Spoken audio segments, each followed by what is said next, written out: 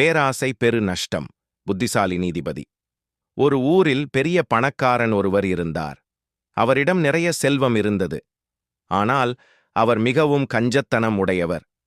யாருக்கும் ஒரு சில்லறை காசு கூட தானம் கொடுக்க மாட்டார். ஒரு நாள் அவர் சந்தைக்குச் சென்று திரும்பும்போது தன்னுடைய தங்கக் காசுகள் அடங்கிய பையை தவறவிட்டு விட்டார். அந்த பையில் சரியாக 100 தங்கக் காசுகள் இருந்தன. வீட்டுக்கு வந்த பிறகுதான் பை காணாமல் போனது அவருக்கு தெரிந்தது. உடனே ஊர் முழுவதும், என் பணப்பையை கண்டுபிடித்து தருபவருக்கு 10 தங்கக் காசுகள் சன்மானமாக தருவேன் என்று அறிவித்தார்.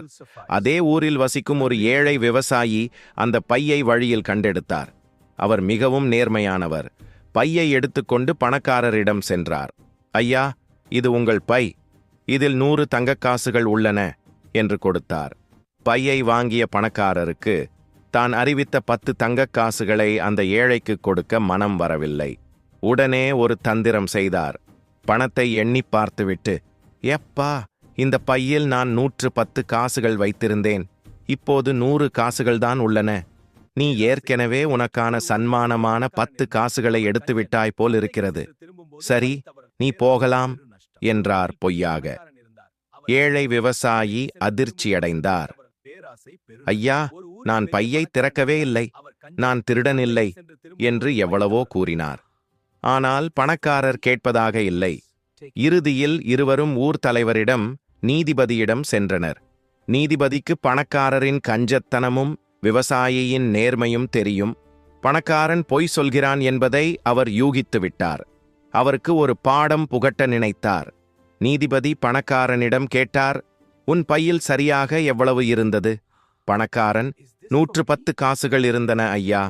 நீதிபதி விவசாயியிடம் கேட்டார், நீ கண்டெடுத்த பையில் எவ்வளவு இருந்தது?